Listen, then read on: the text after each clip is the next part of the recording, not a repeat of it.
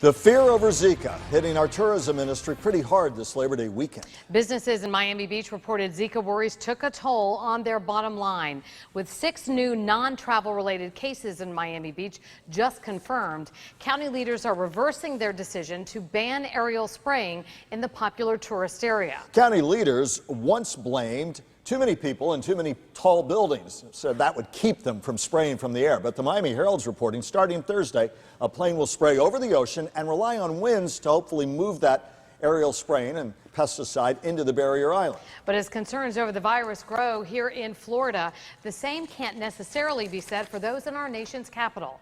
News Channel 5's Tori Dunnan joins us now with more on what's in the works as lawmakers head back to Capitol Hill. Tori? Yeah, Michael and Kelly, lawmakers are heading back to work today. Really, this is expected to be a brief but intense attempt to pass some key legislation. The president, as you know, has been calling on Congress to act on emergency funding for a $1.9 billion to fight Zika. That funding is at the top of our local leaders list, but really it is just one of many important issues.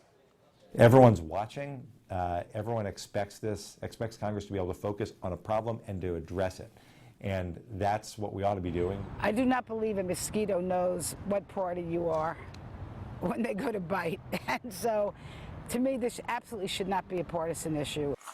The message is clear from Florida lawmakers. Figure out a way to fund the Zika fight. But the pathway there is much foggier. They're hopeful, but realize it's one of many things on a short and critical to-do list. I'm hopeful that cooler heads will prevail and the partisanship will be alleviated for just a moment to pass this bill. But, you know, there is so much at stake. There are so many things to be debated in the Congress in a very short amount of time. Several key factors. This is an election year. Republicans control both the House and Senate and want to keep that position. So the need to prevent another government shutdown by the end of September is top of list. Senator Marco Rubio argues it should all be rolled in together. He released this statement about Zika that says in part, quote, "Just as I have voted for every single bill that's come up in the Senate so far, I will do so again on Tuesday, but Congress should be prepared to pass a Zika funding measure as part of whatever spending bill ultimately passes to fund the government beyond September 30th.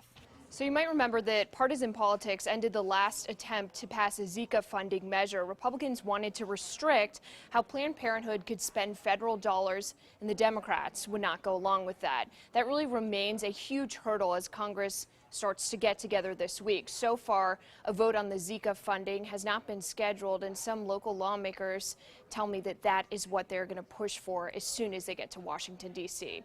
In the newsroom, Tori Dunnan, WPTV News Channel 5.